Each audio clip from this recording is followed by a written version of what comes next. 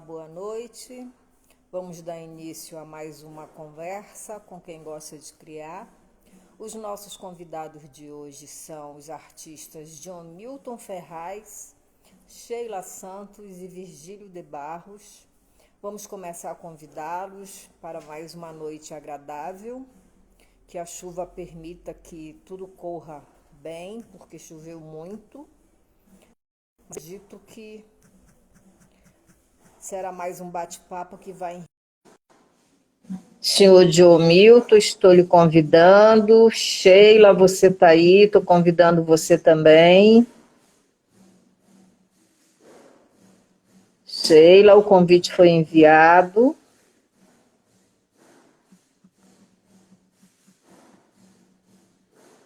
Boa noite, Virgílio. Estou enviando o convite para você. Aguardando os nossos convidados entrarem na sala. Olá, boa noite. Boa noite. Sheila, tudo bem? Vocês estão me ouvindo bem? Sheila? Olá, boa noite, boa noite. Estou ouvindo bem, sim. Você, Virgílio, também? Boa noite, estou ouvindo bem. Me ouve bem também? Sim. Ótimo. Aguardando aqui o senhor Diomilton. Vamos ver se ele entra, porque o convite volta quando vocês não recebem, né? E voltou o convite dele. Enviei mais uma vez, vamos ver se dá certo. Choveu granizo, né? Então fica bem. E é interessante que a chuva de granizo parece que está se tornando uma coisa comum por conta da mudança climática, não é? Antes, granizo era uma coisa muito rara. Era raro, Agora, né? qualquer coisa, né? A gente tem granizo e é cada pedrona que dá até medo, né? É isso aí. Esse é o nosso planeta. Vamos ver até quando ele vai nos suportar, né? Porque é muita coisa. Uma hora ele cansa da gente, né? E nos expulsa, que ele faz muito bem. Deixa eu ver que horas são aqui. Eu fico sem visão quando eu estou convidando a pessoa.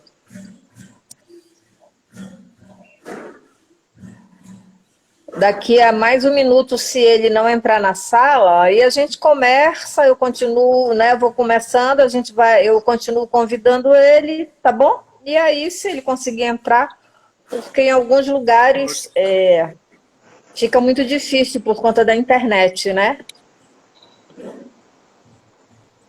O que era para facilitar o nosso contato virtual, nem sempre funciona.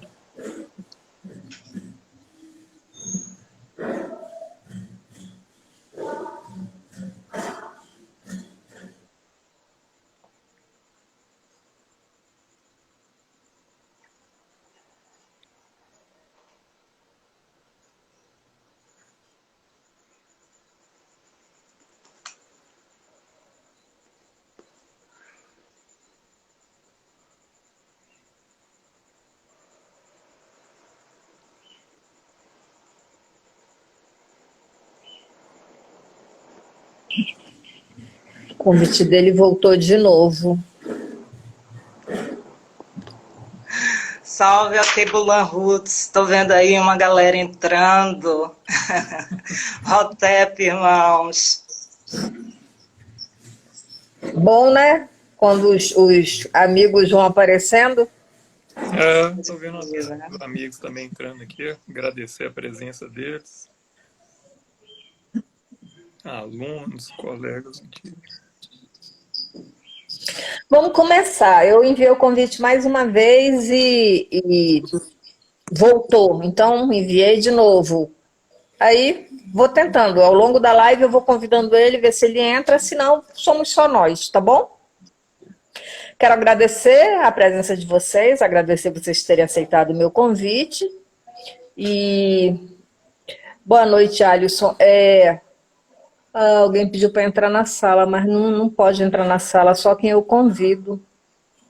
Aliás, ele que está solicitando para entrar na sala, mas não é desse jeito. Quando eu aceito, não dá certo. Ó, diz que ele não pôde participar. E Ah, José. pra, porque assim, tem esse jeito que eu mando o convite para ele, e tem o jeito que ele entra por lá, mas o jeito que ele Aí, mandou ó. não. Deu Boa certo, noite, boa Ah, noite. vamos. deu certo. Boa noite. Você está ouvindo bem a minha voz? Estou. Boa Ah, noite.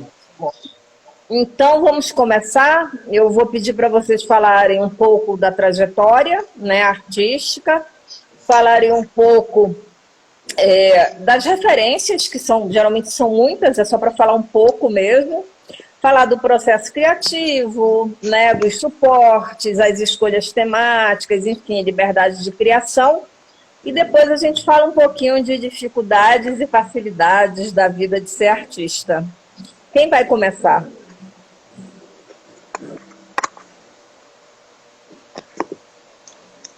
Vocês que já Bom, entraram primeiro aí, comecem aí. Bom, né, diz as boas maneiras que primeiro as damas, Vamos. pode ser assim.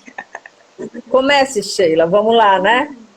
Pois é, e na live passada que eu fui convidada, eu tive problemas técnicos também.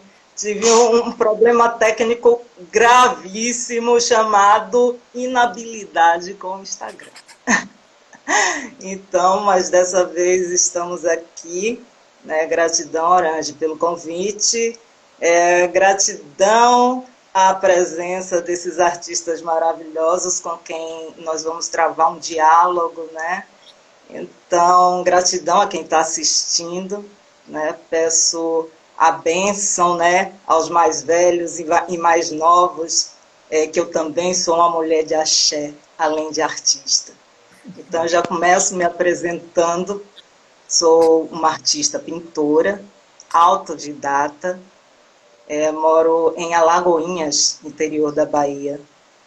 Como eu falei, eu sou uma mulher de axé, sou a Joie, né, Ekede, do Ilê Axé Oyani, em Alagoinhas, e é uma casa de candomblé queto, né? Então, e também sou estudante de línguas africanas, Yorubá e Quimbundo, né, pelo NUPEL da UFBA, e estudante de História Africana e Diáspora Atlântica pelo Instituto Pretos Novos de Rio de Janeiro. Então, a partir daí dessa breve apresentação, aí eu já respondo um pouco do que é essa referência, as referências que eu busco, a minha trajetória. Eu sou artista autodidata, como eu falei, e artista preta, mulher preta, periférica, e nesse lugar, né, eu não tive as oportunidades, né, de estudar, né, arte, né, eu tive que trabalhar, então eu concilio, né, o meu fazer artístico com os estudos e com também o trabalho, né? O trabalho é o que me mantém. Eu trabalho no judiciário, sou oficiala de justiça, e aí, né, são várias coisas que um artista, para levar, né, avante esse impulso, né, ele busca. E como referência, eu já falei um pouquinho, né, das minhas referências africanas. Eu tenho me debruçado muito sobre o que é arte, né? Porque, como autodidata, eu sempre busquei me instruir, né? Eu sempre busquei novas técnicas, eu gosto muito do desenho, então, duas técnicas que eu me debruço muito é o pastel e o grafite, e venho sempre ressignificando o que é arte, até que eu descobri, dentro de mim, o que é que eu fazia? O que é que era essa arte que era um pouco diferente da dos outros? Do que é considerado do mainstream, não é isso? Então, é uma arte feminina, né? Os motivos são sempre mulheres pretas, tá? E tem vários elementos de cultura africana, que depois eu tive que parar, me voltar aos estudos, para depois me apropriar com mais vigor disso. E daí o candomblé, a parte de estudar a história da África, a arte africana, então me fez rever vários conceitos. A arte, como é vista no Ocidente, é por apreciação. Muitas vezes a arte é um fim próprio em si mesma, a arte pela arte. Mas, para nós, africanos, a arte é espiritualidade também. Para nós, africanos, a arte tem que ter uma utilidade para a comunidade, tem que ser útil, e que tenha propósito, que eleve a comunidade, que sirva de portal, né, entre os mundos, que a gente sabe que existe. Quem é de axé sabe, os mundos são fronteiras que se cruzam. Eu estava até estudando, eu estava fazendo o meu TCC atrasadíssimo, e aí eu conto um pouco sobre Basquiat. Eu estava estudando um pouco Basquiat, sabe? E como a trajetória dele e de tantos pintores e de tantos artistas afrodescendentes, né, e africanos se cruzam, né? Tem muito daquele impulso de querer mostrar a arte, de querer descobrir o que é arte. E no meio do caminho, depois que a gente já viajou, depois que a gente já foi na Itália, já foi nos museus do Vaticano, né, como Basquiat fez, não sei ao certo se ele foi no Vaticano, mas visitou a Itália. E parou assim, eu tive um choque também nessa experiência de busca estética. E aí eu passei a parar, não, essa arte é um pouco diferente da que eu faço, é um pouco diferente porque a minha tem propósito. E eu queria que a minha arte servisse à comunidade, servisse de impulso, que desse axé para essa comunidade. Então, eu parei um pouco, tanto que eu não estou produzindo muito, né, recentemente, parei um pouco mais para estudar. Hoje em dia, estou me debruçando mais sobre esses temas, né, de ancestralidade africana, de estética africana, né, porque o belo é diferente para a gente. O que é beleza? Né? Beleza está para além da estética. A beleza tem a ver com caráter. Estudando Yorubá, né, tem um provérbio que fala Iwalewa, significa que o caráter, o que a gente pode traduzir como caráter, né, o Iwa, que é o caráter, o comportamento, a ética da pessoa, é a maior beleza do ser humano. Tem outro ditado, tem outro provérbio Yorubá, eu não vou dizer aqui que fica longo, né? Mas traduzindo, diz que você pode ser bonito como um peixe dentro d'água, mas se você não tiver caráter, você não passa de um boneco de madeira. Então é isso, né? O que é que tem por detrás da arte? A que propósito ela serve? Ela serve para engrandecer a comunidade? Serve para atribuir valor estético e espiritual à comunidade? Então eu estou redescobrindo o que é a arte preta. Eu estou redescobrindo o que é a arte africana. E nessa ressignificação, eu estou um pouco parada, porque estou pensativa, estou estudiosa. Né? Eu estava desenvolvendo recentemente uma série de desenhos referentes ao voodoo haitiano. Então, são espiritualidades centro-africanas que se intercruzam, né? Porque nós, africanos, somos sujeitos cosmopolitas. A gente viajou por todos os cantos, e onde a gente chegou, a gente assumiu o que daquela cultura poderia agregar, mas sem nunca perder as nossas raízes, a nossa cultura africana propriamente dita.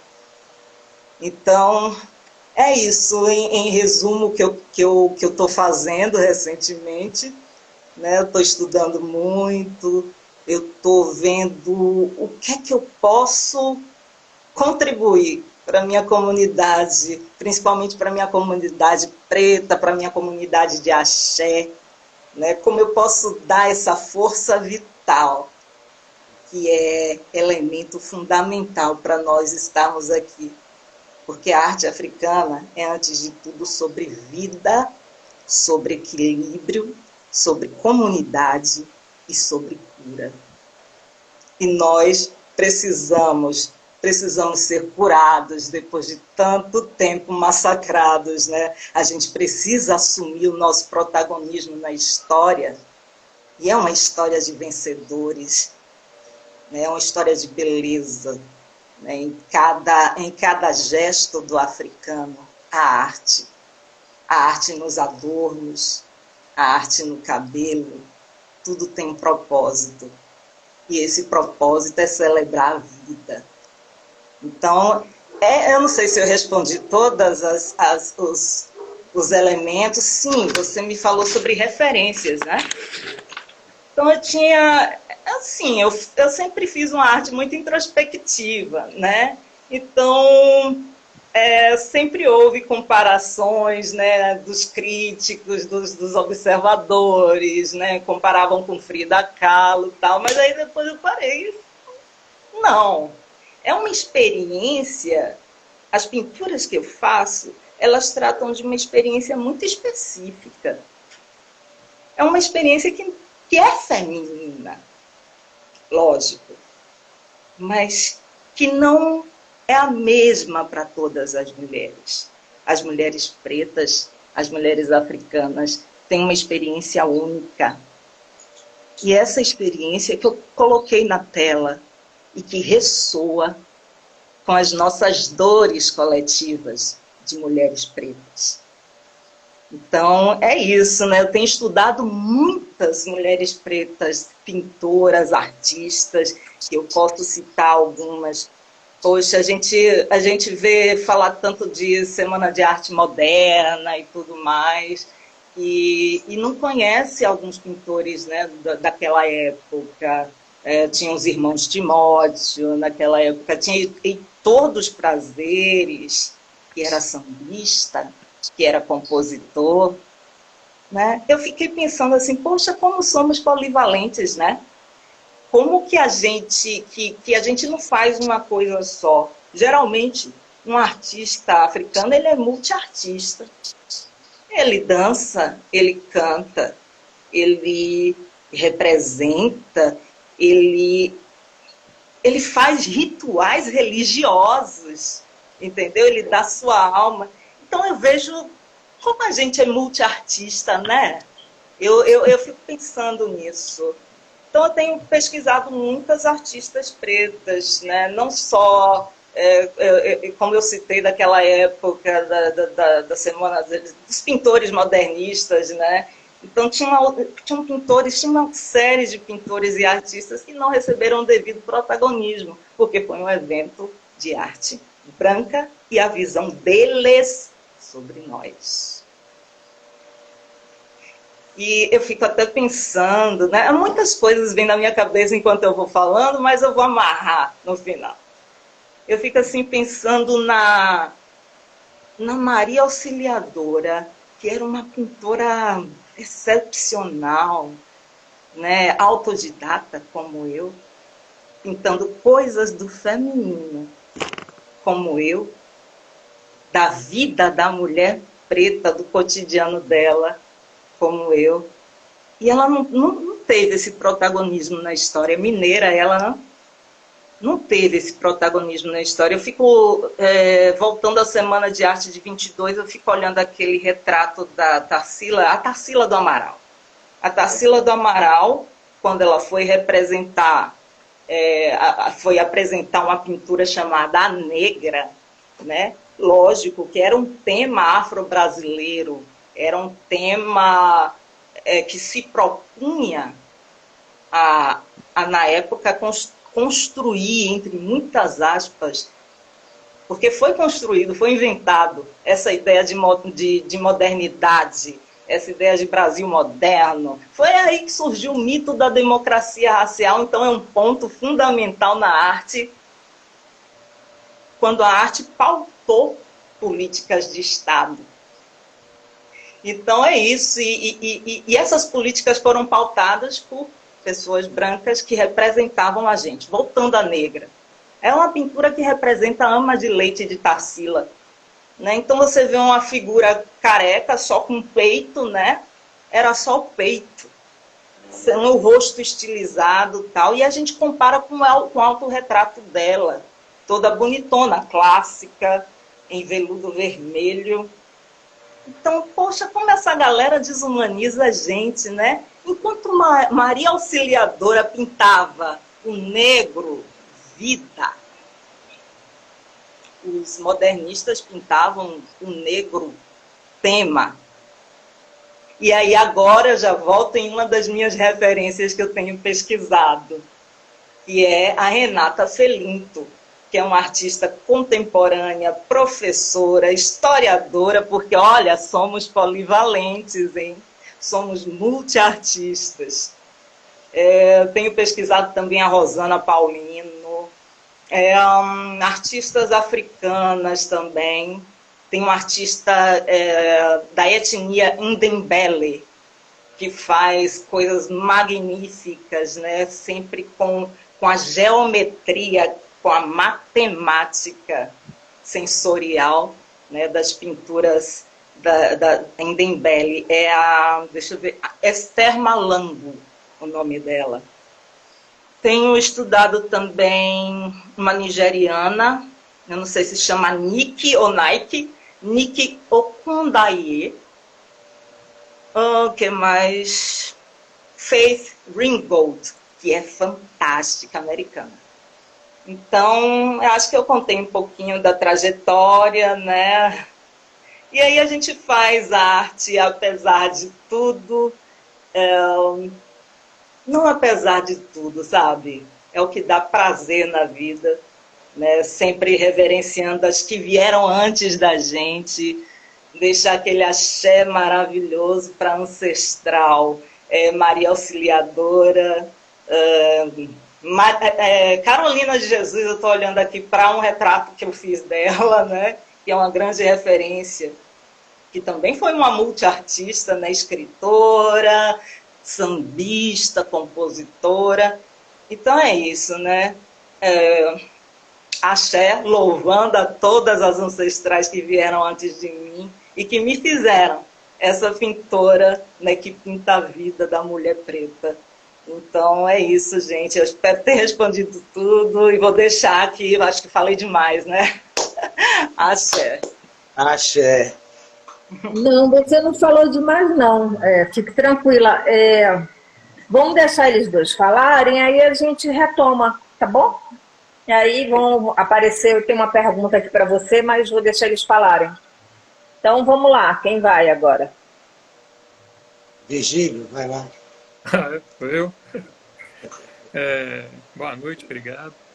Orange, muito obrigado pelo convite e muito obrigado pelos colegas aí, né, compartilhando.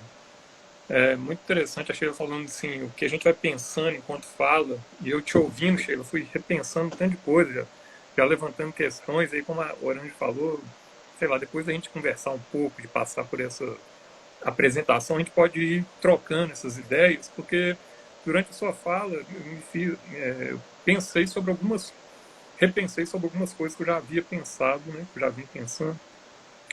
E talvez, eu não sei também, como você falou, a gente vai falando, depois a gente tenta amarrar aí, ou então deixa solto mesmo. Mas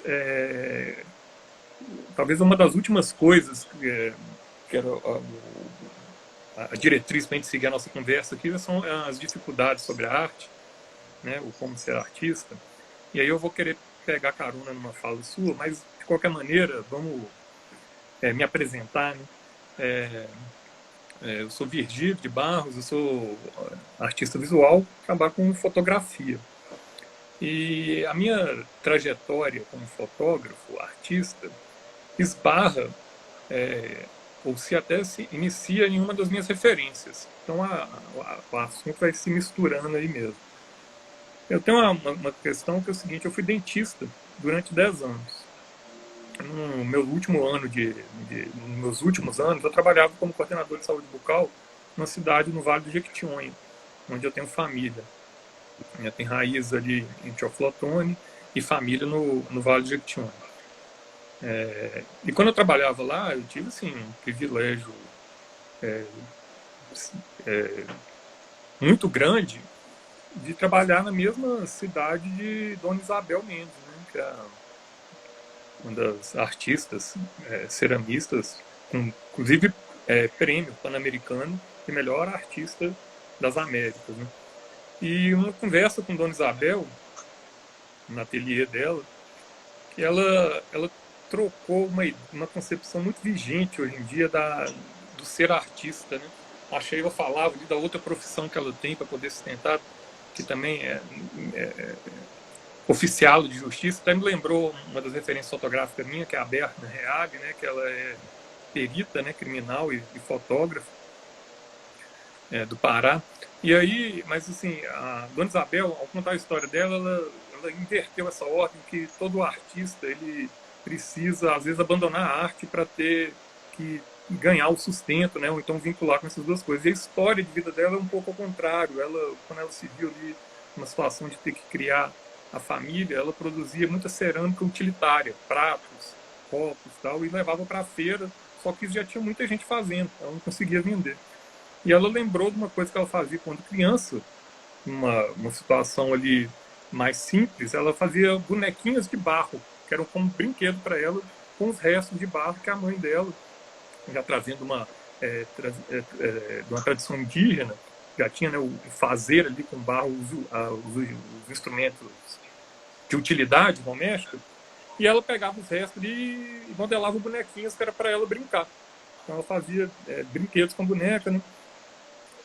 Quando ela se viu nessa situação que a cerâmica utilitária dela não estava tendo tanta venda, ela lembrou disso e começou a fazer bonecas para poder comercializar. E aí sim, ela conseguiu ter uma estabilidade até financeira, começou a crescer, começou a dar conta através da arte. Então o que ela estava resumindo a fala dela é que ela resolveu investir na arte dela, ter coragem em busca de um sustento financeiro. Eu vejo como isso é meio ao contrário, né, do que acontece, mas ela tinha certeza desse chamado, foi atrás, acreditou e virou essa grande artista plástica aí. Então ela é uma grande influência minha, uma referência. A outra referência, coincidentemente ou não, né, é o Ulisses Mendes, que é um artista plástico do Vale de Jequitinhonha também, de Itinga. Essa é a minha maior referência. Foi o primeiro artista que eu conheci na vida. Eu tinha uns 10 anos de idade quando eu fui na casa dele, que era a casa de ateliê, e fiquei impactado com aquilo que ele fazia, né? E o Ulisses continua sendo a minha referência. Apesar dele ser um escultor e eu ser fotógrafo, ele faz o que eu identifico, ele me inspira muito, porque a fotografia que eu gostaria de fazer é o que ele faz com a cerâmica. Ele une o cotidiano, mas trazendo sempre uma denúncia social, uma denúncia política, uma denúncia trabalhista, né, que eu acho muito forte. Sempre me tocou. Né, uma obra dele que me chamou a atenção, que eu acho uma das obras mais fortes que a gente tem, que é o Lavrador Crucificado, né, um lavrador que a cruz dele é feita de enxadas, caretas, de material de lavrador mesmo. Essa peça mexeu comigo e eu vi ali essa perfeição. Também autodidata, também ele faz esse caminho contrário. Ele já trabalhou em olaria, foi trabalhar na construção civil em São Paulo, mas depois, quando ele resolve atender o chamado, ele se destaca com essa força, né, como um artista plástico. Então, quando ele une essa vida cotidiana com a denúncia com social, eu acho isso assim, muito forte. E é o que eu busco fazer na minha fotografia. Lógico que a gente vai construindo outras referências, na fotografia tem essas referências muito clássicas, mas as minhas referências elas vêm dali, do Vale do Jequitinhonha, onde que surgiu para mim um despertar para ir atrás da minha vocação artística. E isso é interessante que quando eu estava no Vale, que eu tomei essa decisão. Eu lembro do dia quando eu tomo a decisão de virar artista, e aí também é uma certa inversão de pensamento, porque foi uma tomada de consciência da minha situação privilegiada, né? E os privilégios não são grandes privilégios financeiros, mas de tudo que me compõe aí, né? Como esse corpo aí presente, né? De homem branco, de classe média, hétero, com possibilidades de fazer a arte e ter o acesso aos locais de arte muito mais fáceis. E aí eu pensei o seguinte: se eu tenho um desejo de me posicionar como um artista, eu estou jogando fora um grande privilégio que eu tenho e muita gente não tem. Quanta gente gostaria de estar no meu lugar para poder obter essas facilidades de ser artista e não estão sendo. Nessa hora ali eu senti que eu tinha que começar a trabalhar somente com arte visual, e aí me dediquei à fotografia, que era uma coisa que já me fascinava, sempre me fascinou, desde a infância, essas várias possibilidades da fotografia, né? O mais comum que a gente pensa que é de congelar um instante, mas eu gosto mais daquela capacidade que ela tem de contemplar, né, um instante ali. Então, tudo comigo foi acontecendo até no Vale do Jequitinhonha, né? No primeiro momento ali conhecendo o ateliê de Ulisses, me inspira. E depois eu trabalhando lá como dentista na minha região de Dona Isabel e percebendo essas coisas que ela me falou, e em sequência eu tendo essa decisão de ficar dedicado às artes, né? Bom, essa acaba sendo uma apresentação, a gente pode ir aprofundando, como a Orange sugeriu, mas ainda para eu finalizar, na hora que pensa assim, qual que é a dificuldade da arte, eu vim para cá pensando numa que tem sido a minha bandeira em termos de conversas com os colegas, assim, que ela é difícil, né? Eu acho que a maior dificuldade da arte é a falta de fomento à arte. Eu acho que a arte tem que ser fomentada. E aí, para a gente conseguir esse fomento, como é que tem que ser? Através de ações públicas, né? De políticas públicas para a arte. E então, eu acho que a gente, como artista, a gente tem que lutar para poder estabelecer essas conexões e fortalecer um grupo com política artística, com visão para isso, para a gente lutar sem vergonha de falar que a arte tem que ser fomentada, sabe? Às vezes eu acho que parece que eu vejo, às vezes alguém fala assim, a arte é um trabalho como outro qualquer, a gente tem que trabalhar, eu discordo assim, diametralmente disso. Eu acho que a arte ela não é um trabalho, não, ela é uma expressão necessária, e aí o que a Sheila me falou, né, da importância da arte para a comunidade, né? A arte tem sim elevar o espírito, ela tem que ser, e se ela tem essa função para a comunidade, por que não ser fomentada pela própria comunidade através do poder público, né?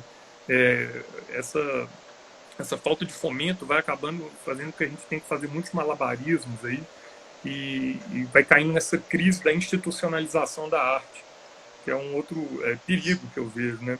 E isso eu falo assim com muita tranquilidade, mesmo estando dentro aqui de uma galeria, porque é uma galeria de resistência totalmente diferente, né? Que está indo contra essa institucionalização que eu vejo que vem sangrando a arte. A gente está virando, nós estamos sendo os artistas institucionalizados, né? Quando a gente a febre do edital, né? A gente fica vendo que é uma coisa, um processo viciado, não em si, mas de maneira ampla. Quando você pensa que isso foi uma conquista, você estabelecer editais para poder ter uma maneira mais democrática, isso aí foi evoluindo para um caminho que eu acho extremamente bizarro, né? O artista tem que ser especialista em escrever editais. Isso aí é de um elitismo assim, assustador, perverso. A função do artista não é essa. Não. A função do artista, mais uma vez, é se expressar, de novo, tentar elevar sentimentos ou abrir isso para a comunidade e a comunidade compartilhar disso. Então, acho que a maior dificuldade, fora as dificuldades que todos nós temos aqui particulares e que vai se reinventando para poder vencê-las, eu estou pensando nessa dificuldade ampla aí, que é essa falta de fomento à arte. E a gente tem que ter coragem de reivindicar esse fomento, nós temos que nos organizar, trabalharmos em conjunto, em comunidade, com força, né, com carinho até, né, porque o bom é que o artista tem muito isso, né? Eu, quando tive a oportunidade de mudar de profissão, eu dou esse testemunho porque eu vi uma transformação que durante um momento me incomodava. Eu chegando nas artes, assim, às vezes eu tinha vergonha de falar que eu era da odontologia, porque o cara está chegando aqui, não tem uma formação artística. Depois eu percebi que, como tudo na vida, é interessante você passar por experiências, né? Eu pude ver como é chegar na arte depois de um outro caminho. E aí eu sinto como é que é um ambiente bem acolhedor. Temos, claro, nossas vaidades artísticas, né? Mas a classe, eu digo para quem às vezes não participou de outras classes, ela é unida, carinhosa, e a gente tem que aproveitar isso para nos unirmos, apesar dos ateliês nos distanciar, né? E aqui, mais uma vez, reverencio a Orange, né? Na figura da Galeria Labirintos, por trazer isso. O Otônio, na última live, estava falando da dificuldade que é, mas a gente tem que nos apegar aos benefícios que tem, né? Essa ferramenta, eu estava podendo conversar aqui com a Sheila e ouvir a Sheila, é emocionante. Eu estar expondo um pouco de mim aqui, sendo acolhido, é também enaltecedor, né? A gente se sente honrado. Então, acho que a gente tem que aproveitar dessa possibilidade que agora tem, que aproxima os ateliês para artista um pouco solitário, e aproveitar também uma característica nata nossa, que é do carinho, do acolhimento, e nos unirmos para essa luta pelo fomento da arte, sabe? De criar mais políticas públicas. Mais que a gente conversa, é pouco o que tem, né? Eu sou aqui de Belo Horizonte, a gente vê uma capital grande, num estado potente financeiramente, com poucos aparelhos, com poucos espaços públicos de arte. Eu, como professor de fotografia, eu não tenho exposições fixas de fotografia para levar alunos, né, ou muito poucas. Então, assim, eu vejo essa dificuldade que tem em fomento à arte. Essa, para mim, é o maior problema, sabe, Orange? Quando você trouxe assim, para discutir, eu acho que essa que é a dificuldade. Estou meio repetitivo, né? A gente fica um pouco nervoso na presença dos colegas, mas é isso. Eu acho que com essa apresentação assim, a gente pode ir seguindo, né? E depois ir trocando as ideias aqui. Ou se tiver alguma coisa específica aí, Orange, que eu comi mosca, você me fala. Não, assim, tem algumas coisas que eu queria comentar, mas eu prefiro que Diommilton fale e depois a gente comenta dos três, né? Acho que é melhor, tá bom? Beleza. Então, boa noite a Orange, Virgília, Sheila, né? Um prazer estar aqui com vocês nessa sala. E com o maior prazer, Virgília, te digo que eu sou de Almenara, aqui no Vale do Jequitinhonha. Conheço o Ulisses pessoalmente, já fizemos oficinas assim, eu aplicando a oficina, ele outra, de cerâmica no festival de Salto da Divisa em 2015, já admiro o trabalho do Ulisses e da Dona Isabel há muito tempo. Né? Então, eu comecei realmente no mundo da arte, e minha trajetória começa em janeiro de 2013, assim, exatamente, porque eu sempre fui ligado à cultura do Vale, quando eu cheguei aqui no Vale, porque eu nasci aqui, mas eu morei muito tempo fora, fiquei uns 10 anos fora do Vale. Eu nasci em Bandeira, uma cidade aqui perto de Almenara. E aí, quando eu voltei do Rio, que eu lindei assim, de frente com a cultura riquíssima do Vale, cerâmica, poetas, cantores, cantorias, né? Então, esse me abriu também o mundo da cultura. Mas a arte mesmo só veio chegar em 2013, quando eu peguei, comprei linhas, comprei tecido, comprei agulha, comprei o bastidor, comprei tela, porque eu resolvi fazer o bordado, usar o bordado para expressar, e usar a tela de pintura para começar, entendeu? Então eu comecei bordando numa tela de pintura. E eu nunca tive também professores de bordado, né? Eu aprendi 2 pontos no bordado, que foi um ponto atrás e um nó francês, que uma mestra aqui de Almenara me ensinou, inclusive a referência, Dona Delícia Amorim, a mestra bordadeira aqui de Almenara. E o resto de pontos, aliás, eu comecei a bordar sem aprender nomes de pontos. Eu fui no intuitivo mesmo, fazendo os riscos e cobrindo os meus desenhos, as minhas ideias que eu comecei a fazer, né?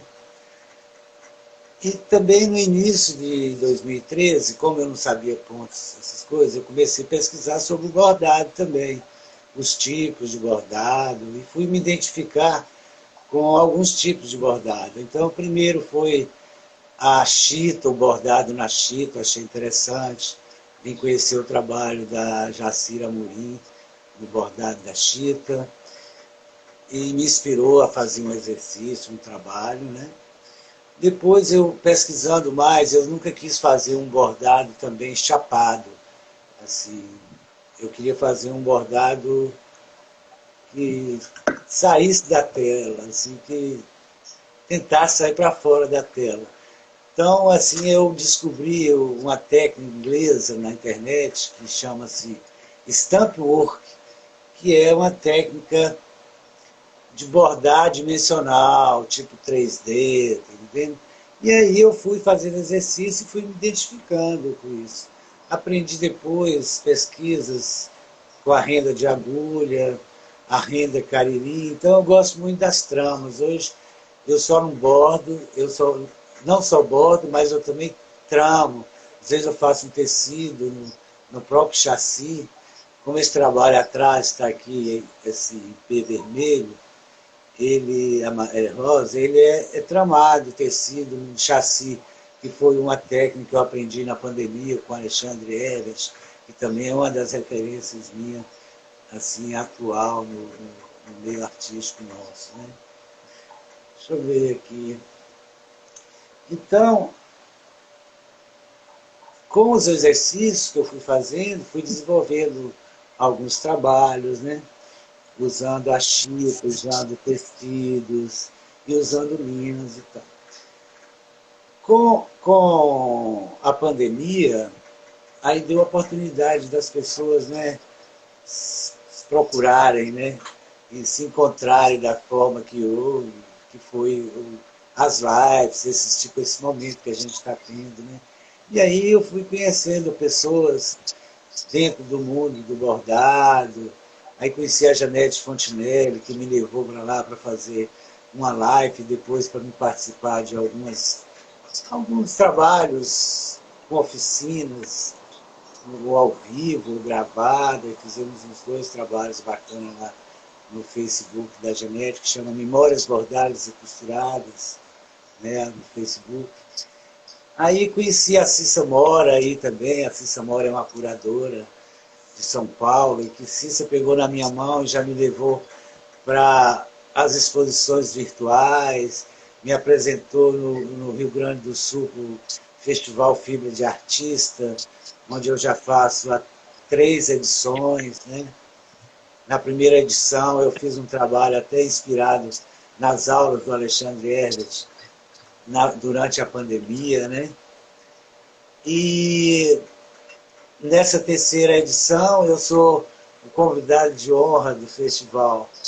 E vai ter uma live dia 27, convido vocês para participarem com a gente no Facebook. Fibra de Artista, que é o Festival de Arte Têxtil do Rio Grande do Sul. E por último, estive em Belo Horizonte, participando do 2º encontro do bordado, organizado pela Fátima Coelho, uma bordadeira e curadeira aí em Belo Horizonte. Já fiz algumas exposições com Fátima, aí ela sendo a curadoria dela. Aí participamos lá do 2º encontro, foi um encontro muito bacana, todo mundo queria se abraçar, e que a gente se conheceu, né, na internet, né? Aí fiz uma oficina lá com eles. O tema da minha oficina foi Semente que Floresce, o legado da Astrid, que é uma bordadeira que nos deixou e que tinha uma grande referência. Aí eu busquei o jeito dela e levei uma oficina em cima do trabalho dela, com as árvores coloridas, né? Então esse encontro foi muito bacana também, porque além de eu fazer aulas, aí mestres também fazendo aulas comigo, como a Yara Reis, que está aí presente. Um abraço, Yara, que foi uma grande honra, né? Que a Yara é uma referência também para mim no bordado, né? A grande referência do bordado que eu tenho é a dona Adelícia Amorim, que é a bordadeira mestre aqui da cidade. Ela já está com 86 anos e tal, mas borda maravilhosamente bem. Outra que eu admiro aqui no Vale é a Estela Guimarães, bordadeira. Ela mora atualmente em Itabira. A Estela bordou o manto aí do Milton Nascimento no último show do Milton. Acho que é pedido do Ronaldo Fraga, a Estela bordou. Então, outras referências eu tenho da família Dumont, né? Admiro muito o trabalho das irmãs, Marta, Sábia.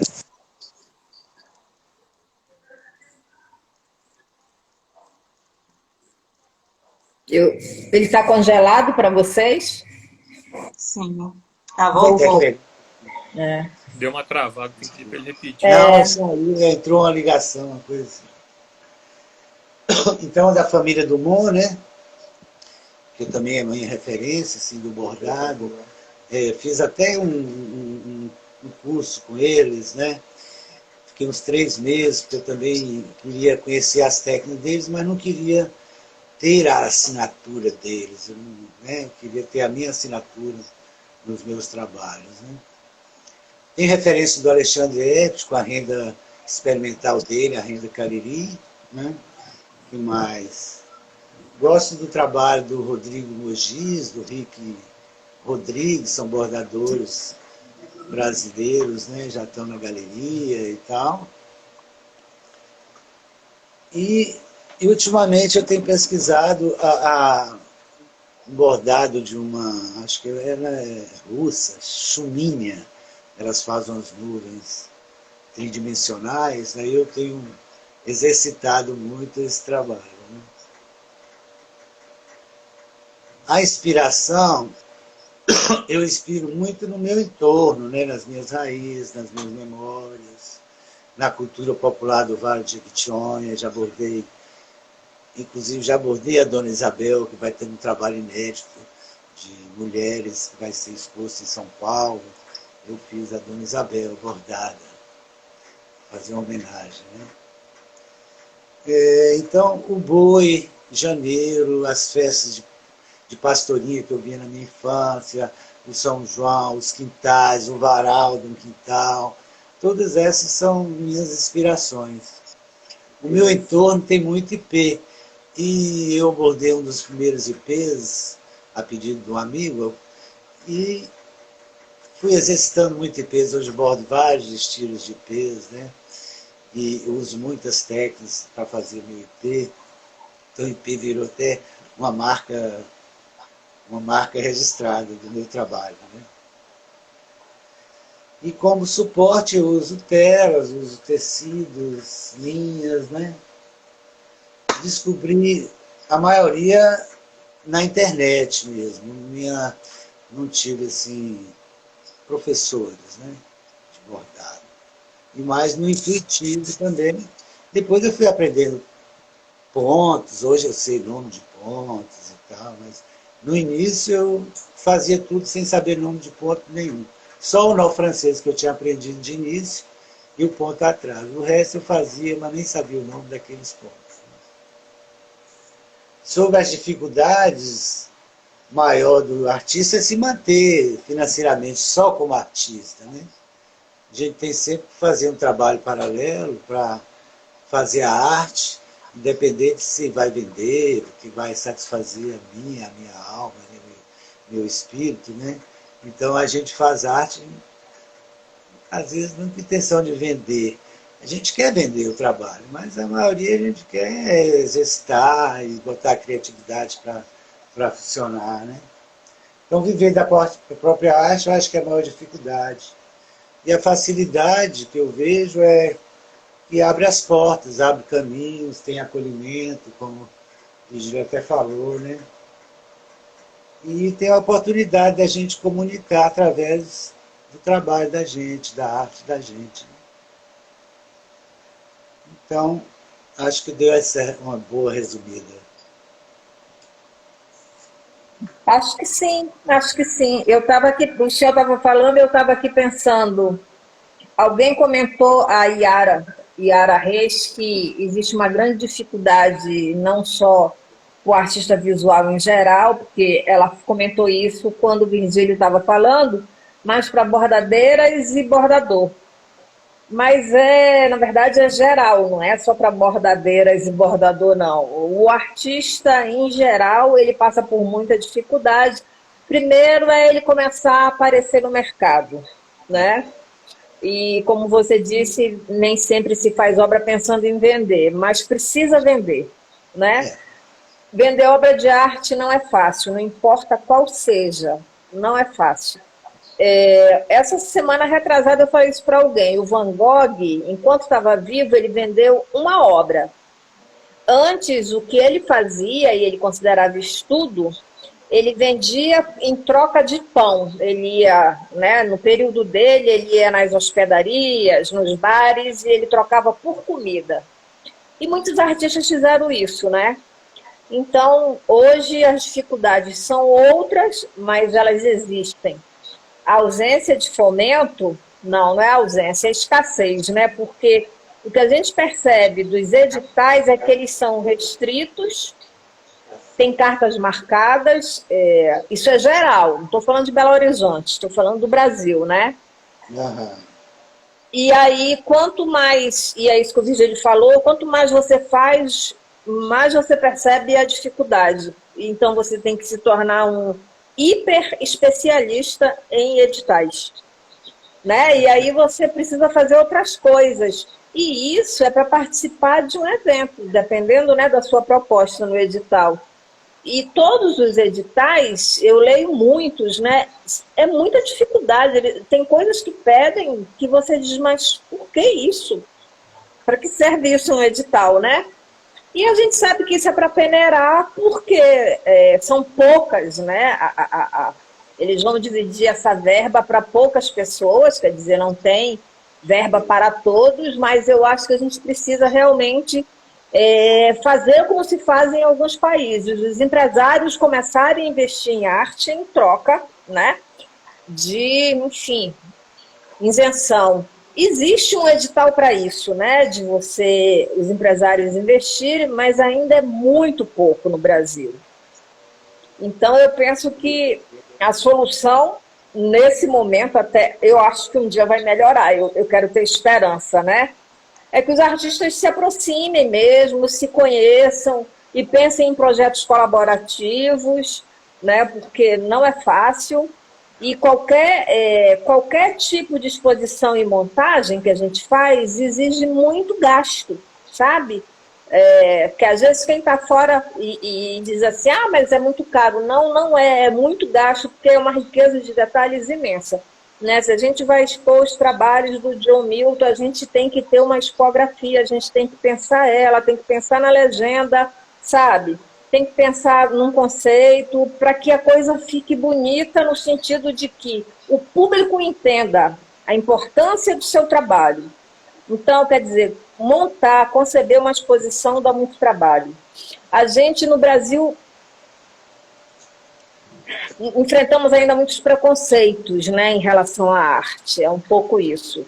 As pessoas querem definir o que é bonito, o que não é, o que é superior, o que é inferior, o que é a arte mais importante, o que é a arte menor, e aí isso também é complicado, né? Quando a Sheila falou, e eu tenho uma pergunta sobre isso, ela fala do candomblé, poucos, e eu falei isso para a Massuelen, que passou por aqui, poucos artistas, né, afrodescendentes trabalham com a ancestralidade, a espiritualidade na arte, por quê? Porque tem um freio aí, como se isso não tivesse importância na arte, né? E é aquilo que você falou, para os africanos isso é diferente, para os indígenas também. Então, assim, é preciso ter uma concepção de arte mais ampla. A gente precisa parar de pensar em arte como um objeto construído para ir para uma galeria ser vendido, né? Tem que ter discussão, muita discussão, a gente tem que pensar cada vez mais de que maneiras, e eu acho que isso tem que ser coletivo, de que maneiras a gente vai ocupar os espaços. E aí a gente precisa cada vez mais, sabe, expor para as pessoas o quanto arte é muito mais, né, que editais, é muito mais que os fomentos, porque no Brasil nós estamos limitados a isso, a gente está meio assim, né, eu vou tentar esse edital, não deu certo, vou tentar esse outro, e os editais, eles têm idade, né, geralmente quando a gente vê, entram os mais jovens, geralmente, não estou dizendo que são todos, né, não sou contra os mais jovens, eles também têm direito a entrar nos editais, mas às vezes os mais maduros vão ficando esquecidos. Então, assim, a gente tem N coisas aí, né? Tem aquele grupo restrito de expor uma arte que as pessoas consideram clássica e importante. A arte é muito mais que isso, né? Muito mais. A arte não tem a ver com sucesso, não tem a ver com espaço, não é? Não tem a ver com idade, com cor, com gênero, com classe. E é essas discussões que eu acho que a gente precisa fazer para avançar, e você não precisa de uma formação, quando o Virgílio falou assim, né, fui dentista, né, e quanta gente veio de outras áreas para a arte, porque se vocês pararem para pensar, as faculdades não formam artistas, nunca formaram, elas vão dar algumas bases, não é? Elas vão dar algumas informações, a história da arte, a teoria, a filosofia da arte, né? Tem a aula prática, isso é muito bacana, mas você não forma artista. Porque você pode ter uma pessoa que passou por isso e no final você vê que a pessoa não tem criatividade, não tem imaginação. Ela fica seguindo só a técnica pela técnica, né? Então, assim, por isso que eu digo que a arte é muito mais ampla e a gente precisa pensar dessa maneira. Exercitar o olhar, sempre, né?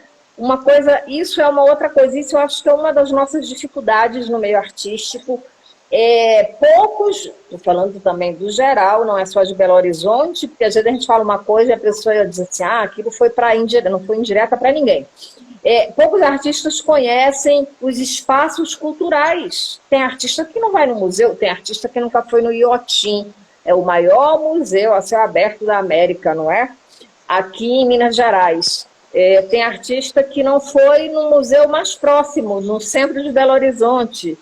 Então, assim, não é que a pessoa tem que ir o tempo inteiro para todos os lugares, mas exercitem, né, o olhar de ir em museus, de ir nas exposições, porque quanto mais a gente vê, mais a cabeça aumenta. Isso é bacana.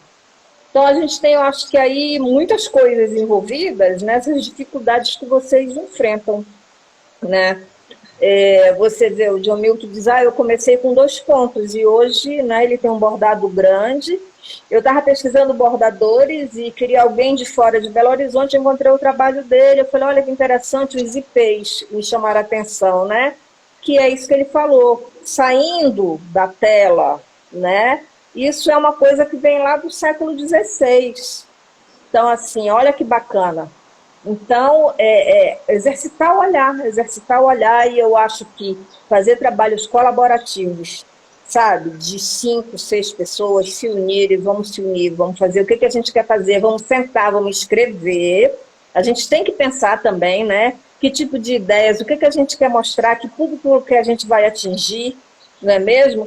E discutir coisas que estão realmente no entorno, que são realmente importantes para nós. Olhar para o Brasil, isso é outra coisa que a gente precisa, né? A gente fica muito preso ainda nas referências externas.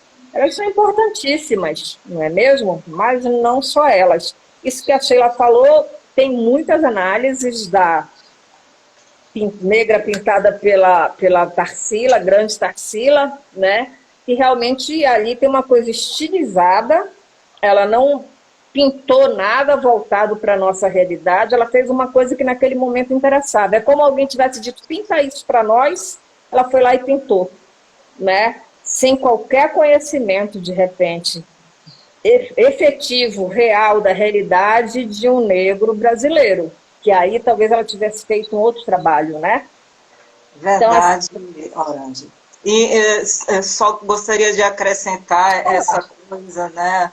Essa mania de categorizar, essa mania do Ocidente de categorizar arte inferior, o que é arte, o que é artesanato, o que é arte clássica, o que é superior, e aí volta na Tarsila do Amaral, porque ela representa uma época, né? O modernismo. E que o modernismo foi, na verdade, idealizado por artistas que se apropriaram culturalmente da arte africana, que começava a chegar no continente europeu através das pilhagens feitas no continente africano, entendeu? Então, eu estava outro dia olhando uma obra de Paul Klee, né, que é muito parecida com essa moça aqui. Isso aqui é uma bonequinha Aquaba, do reino de Gana. Ela representa a vida, guarda muitas semelhanças com a Ankh, que é o símbolo da vida, né, dos egípcios, os queméticos, né, e que é um povo preto, né, e que se apropriaram. Tem uma pintura de Paul Klee chamada Senécio, depois dá um saque no Google, né, idêntica, né, se apropriaram disso e categorizam a arte produzida por africanos, produzida por autodidatas em todo o interior, né, em toda vila que você passa, em toda cidadezinha, você vai ver bordadores, você vai ver escultores, você vai ver repentistas, você vai ver um espetáculo de arte. Nosso povo brasileiro, nosso povo que resultou, né, desse intercâmbio cultural, mesmo que forçado. E é isso, e estão produzindo arte, né, arte cotidianamente. Arte é vida, vida é arte, não tem diferença. Não é só para contemplar, é para viver, entendeu? Então, só voltando para explicar isso aqui, bonequinha do reino do Gana, a Coaba, são bonecas da fertilidade. Então, uma pessoa que queira ter filhos, né, segundo as tradições, elas usam uma bonequinha dessa como se fosse, tratam como se fosse um bebezinho mesmo. E daqui a 9 meses a gente vê o resultado, se o marido colaborar. É só isso. Ô Sheila, deixa eu fazer uma pergunta para você. Sim. As mulheres que você pinta, você se autorretrata nelas? Sim, são autorretratos, né? E eu pinto geralmente as mulheres nuas, porque isso também é um exercício, né? O que é o corpo? Sabe? Essa indagação para a sociedade ocidental, a sociedade ocidental tem uma visão diferente do que é o corpo para nós africanos. Para nós africanos, e depois que eu entrei no candomblé eu percebi isso, nosso corpo é um receptáculo da divindade. Nosso corpo é a primeira obra de arte criada por Obatalá, né, que esculpiu o barro, né, e uma obra de arte coletiva, porque ele precisou do barro de Nanã, ele precisou que Ogum construísse os ossos, né, fizessem os ossos a estrutura daquele esqueleto. E, por último, ele precisou do axé, ele precisou da energia vital, o sopro de vida. Então, isso aqui não é só uma escultura. Nós não somos só carne e osso. A gente é muito mais do que isso e somos potentes demais. É isso mesmo. Axé. Você estava falando isso e eu estava lembrando que o modernismo europeu, ele inicia com esse contato com a África, né? Depois isso foi meio diluído na arte europeia e pronto. E tem alguns autores que até brincam que a arte ocidental é africana. Todo modernismo europeu é africano.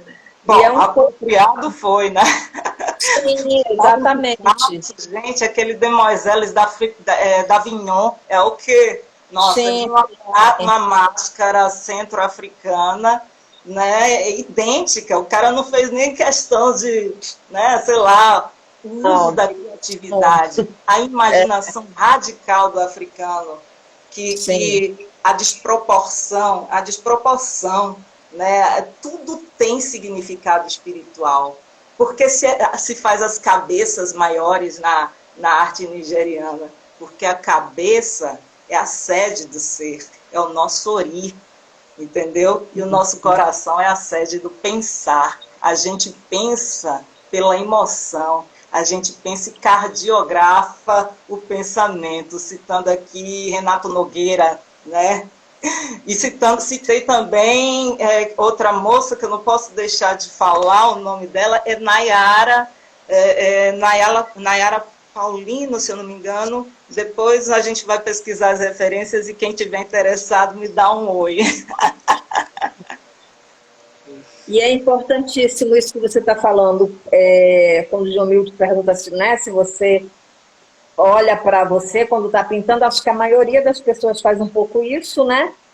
E eu percebo que as mulheres negras, as afro-brasileiras, elas foram abrindo os caminhos dessa maneira, né? E acotoveladas mesmo, dizendo, nós estamos aqui, nós temos voz, nós temos uma arte, precisa ser vista, e hoje, ainda bem, já tem muito mais espaços olhando, né, para isso. Mas ainda há artistas e professores que veem a arte negra ou a indígena como menor. E isso, espero que, né, com o passar dos anos, cada vez mais isso vá mudando. Porque o brasileiro insiste em achar que ele é completamente, sei lá, ocidentalizado, não sei. Mas isso vai Verdade. mudando, né? Eu acho que isso vai Mudando. mudando. Deixa eu só um minutinho para fazer justiça aqui. A Nayara Paula, minha pró de filosofia africana, que tem uma pesquisa maravilhosa sobre arte iorubá. Que a gente precisa nomear os nossos, gente. A gente Sim, precisa se sim, claro. diferenciar. É isso mesmo. Eu concordo com você. Virgília, eu vi alguma das suas fotografias. Vi algumas, não vi todas, eu não tenho tempo. Você tira algumas coisas de cima, né? Isso é uma escolha? Isso é uma coisa que você vem exercitando? Essa fotografia, fale um pouco dela. Eu vejo que é muita coisa do cotidiano, né, no seu trabalho.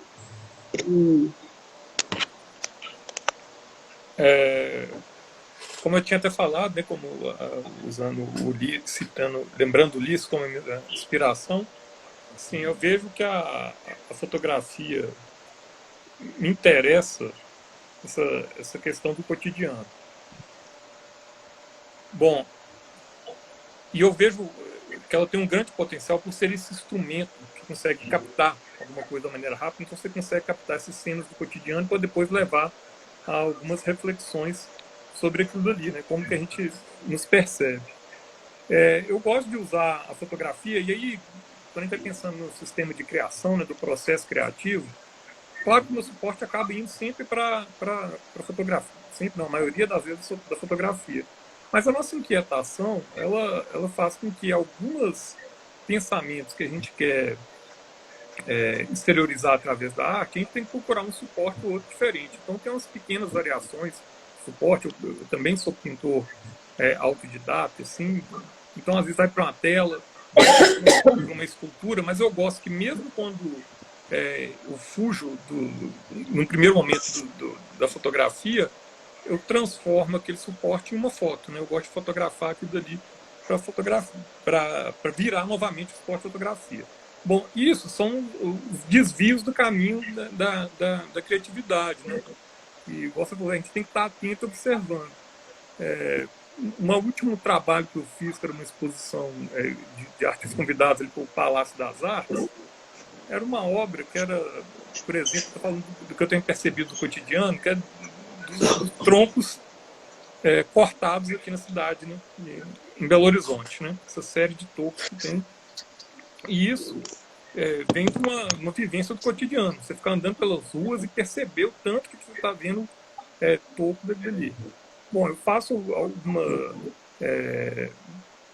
performance fotográfica, né? Fotografo a performance e transformo aquilo dali em um suporte fotográfico. Vendo que, por que eu estou falando isso? Vindo da observação do cotidiano. A minha fotografia, eu não percebo isso intencionalmente que você percebeu, né? É legal isso, essa direção do olhar, da captura. O que eu percebo é sempre esse trânsito com o cotidiano. E aí eu acho interessante o que você falou, né, de permitir ampliar a visão. Eu acho que isso para o processo criativo é fundamental, né?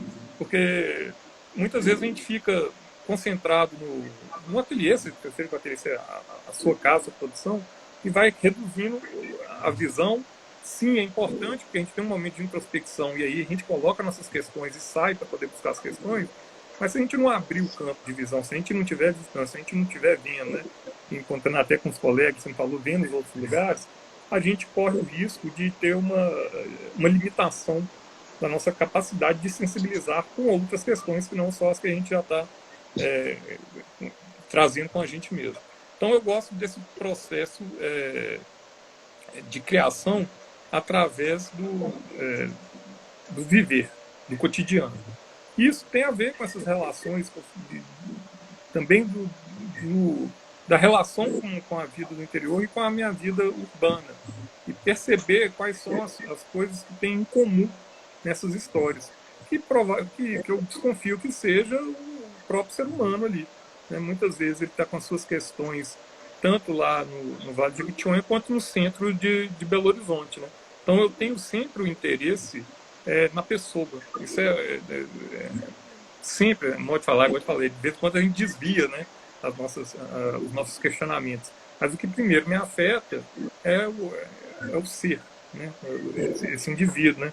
Quando eu tive a oportunidade de fazer uma residência artística no centro de Belo Horizonte, num prédio que teve uma ocupação, que chamava Almeida Centro de Educação, e lá, junto com o ceramista, o escultor Igor Reis, a gente fez uma obra que a gente foi ocupando a fachada do prédio com um retrato de pessoas do centro da cidade. Ou seja, a gente estava pegando aquele cotidiano atribulado que o indivíduo tem ali, e aquele indivíduo deixa de ser indivíduo, ele vira um só em termos de massa, né? Ele é uma massa ali, que aquela massa, inclusive, é assediada o tempo inteiro, né? O cara da telefonia gritando, as pessoas no telefone, tendo o interesse naquele número que representa, mas o indivíduo ele é totalmente descartado, ele não interessa, o que importa é a massa. Então a gente fez esse trabalho de coletar fotos dos indivíduos que compunham aquele movimento de massa ali e destacá-los, colocando as fotos dele em grande formato na fachada do prédio. Então, 13 andares de fachada com a foto dessas pessoas. E eu estou pensando que se talvez a fotografia tinha iniciando de cima para baixo, o produto acabou sendo elevado para poder mostrar essa potência individual e destacá-la da massa.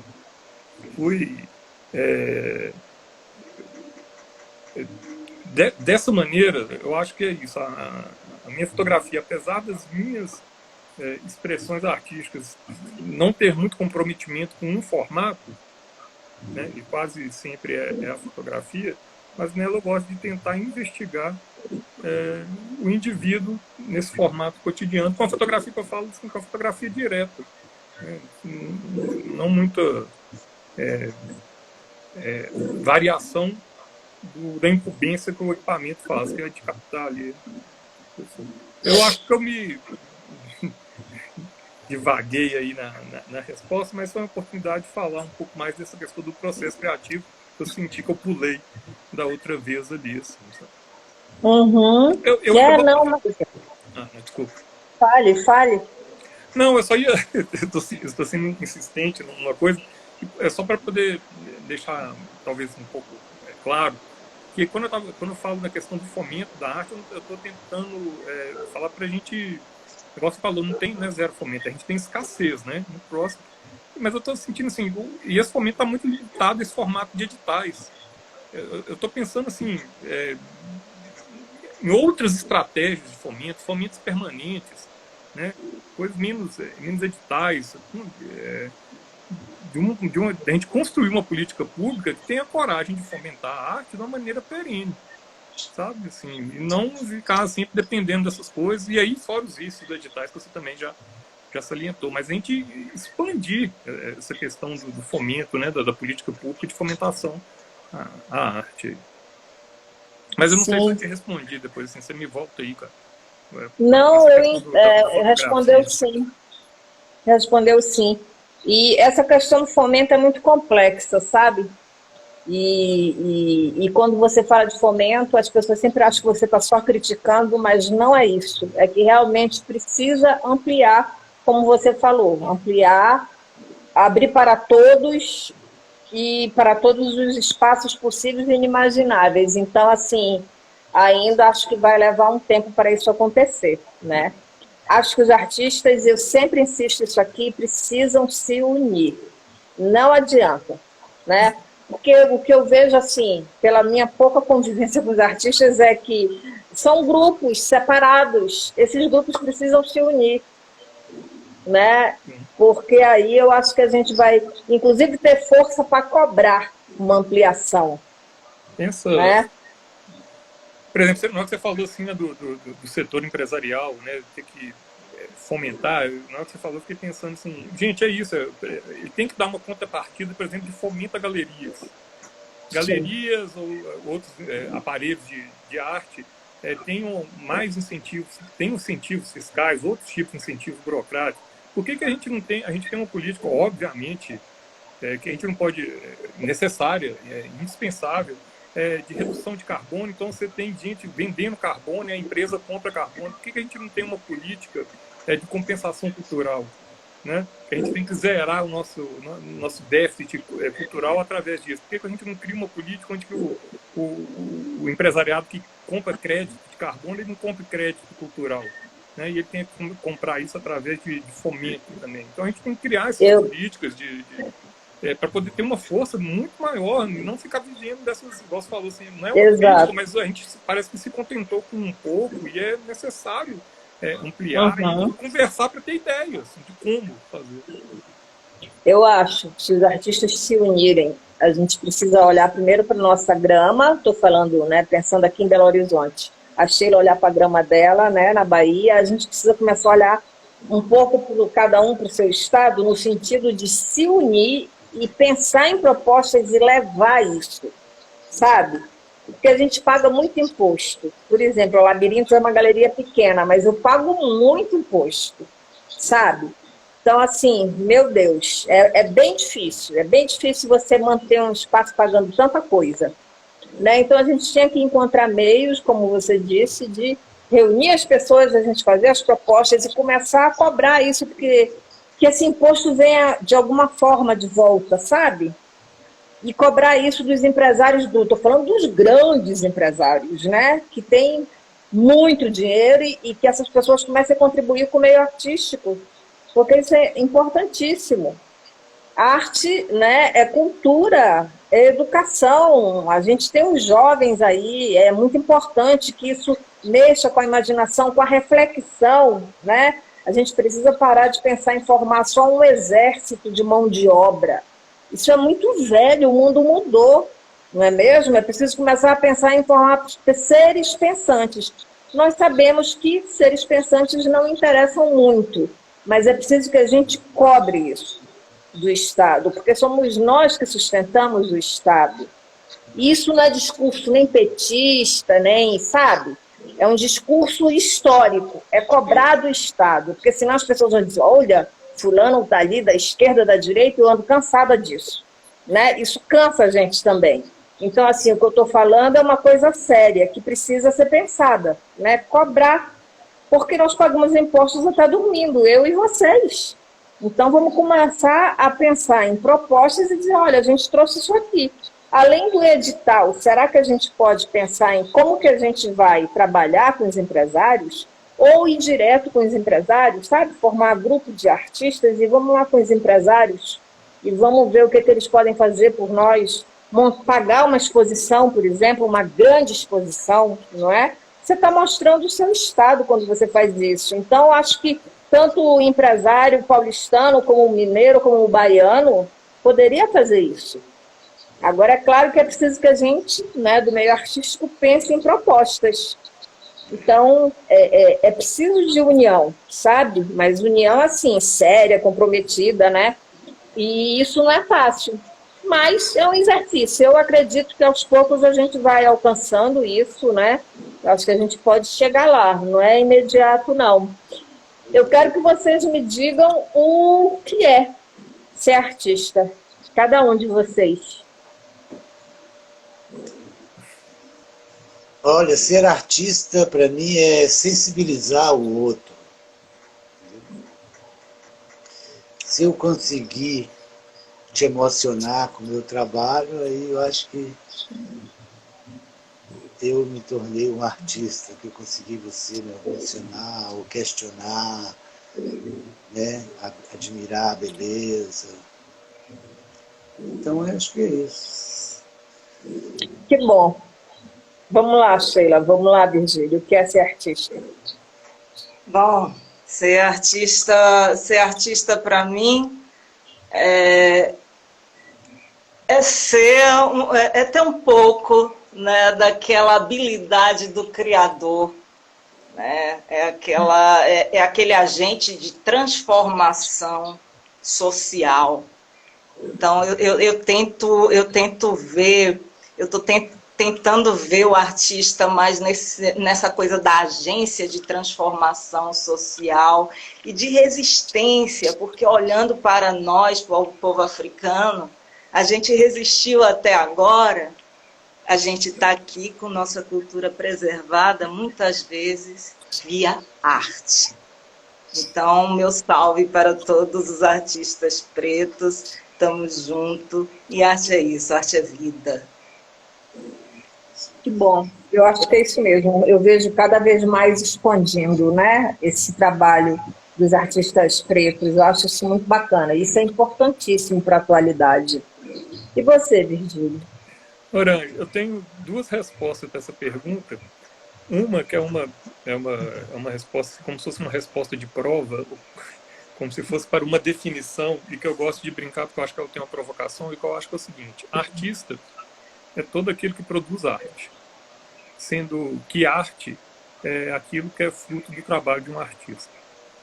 Então, é uma coisa, né, que parece meio cíclica e que não responde nada, mas para mim é isso.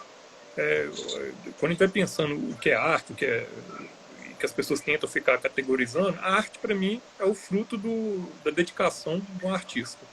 Aí o que é artista? Artista é aquele que faz arte. Por que é isso? É a pessoa que se entregou e está dedicando a sua sensibilidade, suas habilidades, seu pensamento a tentar criar algum objeto, alguma coisa que seja interlocutor entre o sentimento que ele tem de captação e percepção das coisas para comunicar com outras e sensibilizar outras, né? Ele tem esse fazer. Então, essa resposta assim, minha fria e provocadora. Agora eu, como de uma maneira mais investigando mais esse assunto, eu acho que o artista é a reserva de humanidade nossa, no sentido dele ter que... essa corporação, esse grupo artista, não o artista, mas a comunidade artística, é essa reserva de humanidade que luta para nos tornarmos cada vez, para nos mantermos sensíveis ao que acontece e conseguir transmitir isso. Eu estou parecendo um pouco evasivo, mas eu sempre penso, eu faço as brincadeiras que é o seguinte, e até vai de novo tocar na questão do fomento que eu falo. Enquanto a gente está aqui conversando, tem um tanto de gente aquartelada, vai acordar amanhã e varrer quartel, tal, isso é mantido com o nosso dinheiro. Eles têm uma coisa que é tipo assim, não, nós estamos aqui preparando para uma eventual invasão, né? Em religião católica tem freiras enclausuradas agora também em oração para poder segurar as energias do mundo. né? Então tem uma função. A gente, a classe artista e o artista faz isso é o seguinte: nós estamos dedicando a nossa energia, a nossa sensibilidade, o nosso saber para manter a humanidade sã. Então acho que isso que é ser um artista, é um cara que se entrega, se dedica em prol da humanidade, para uma possível viés, ataque desumano que está sempre a nossa vizinhança aí nos ameaçando. Então a gente acho que ser artista é isso, estar lutando pela manutenção da humanidade. Assim. Que bom. Acho que eu pergunto se vocês para fazer vocês, né, pensarem mesmo como provocação, né, porque a gente sabe que é uma coisa muito complexa, né?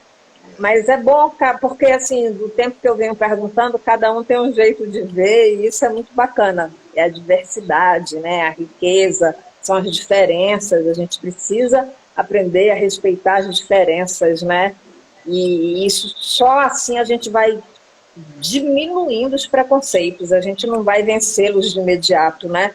Mas respeitar, seja qual for a diferença, né? A gente ainda vive numa sociedade muito intolerante, que não aceita o outro como ele é, seja branco, amarelo, verde, azul, roxo, não é mesmo? Homem, mulher, hétero, gay, sei lá. E a gente precisa aprender a respeitar as diferenças. E eu acho que vocês, artistas, vocês trazem isso para nós, como reflexão, cada um do seu jeito, né? Então, isso é muito importante. E, né, viva a arte, porque sem arte, acho que o nosso mundo ia ser muito pobre, né? Muito, muito pobre. Você vê, eu estou vendo daqui a delicadeza do bordado do John Milton, já conheço um pouco a pintura da Sheila, conheço um pouco da sua fotografia. Então, assim, cada um de vocês, no seu modo, contribui realmente para a sociedade e para tornar essa sociedade mais humana. E eu acho que é disso que a gente precisa cada vez mais. É um exercício, né? Levar isso para as crianças na sala de aula, eles são o futuro, né? Trazer essas crianças para junto da gente, porque nós vamos envelhecendo, então tem que trabalhar com eles, né? Mostrar para eles que a sociedade não precisa ser igual, ela precisa respeitar as diferenças. As pessoas não são iguais, cada um é de um jeito, não é mesmo? E é isso que é bonito. O Guimarães, conterrâneo de vocês, já falava disso. O bonito é isso, é ver as diferenças, é ver, né, essa grandeza aí. Então, eu agradeço vocês por terem aceitado o meu convite. Graças a Deus aí a chuva não nos atrapalhou, conseguimos, a Sheila conseguiu dar o recado dela e conseguimos lidar com as tecnologias, né? Elas têm sua função, têm seu lado positivo e esse eu acho que é o mais positivo, a gente poder se encontrar cada um estando em um lugar tão distante. Agradeço a Sheila, agradeço o Virgílio, agradeço o John Milton, obrigada pela noite agradável, obrigado, né, por terem se esforçado em estar aqui, é um esforço. E é isso, boa noite para vocês. Boa noite, obrigado. Obrigada a todos que compareceram aqui, audiência maravilhosa, qualificadíssima, gratidão Orange, gratidão Virgília, Dionísio, axé. Axé para vocês. Obrigado, Sheila, obrigado, John Milton. Muito obrigado. Obrigado. Foi um prazer, assim. Totalmente mesmo. Queridos. Obrigado Muito a quem ouviu aí. Nós, né? Muita axé. Obrigada a todos, gente. Boa noite. Boa noite.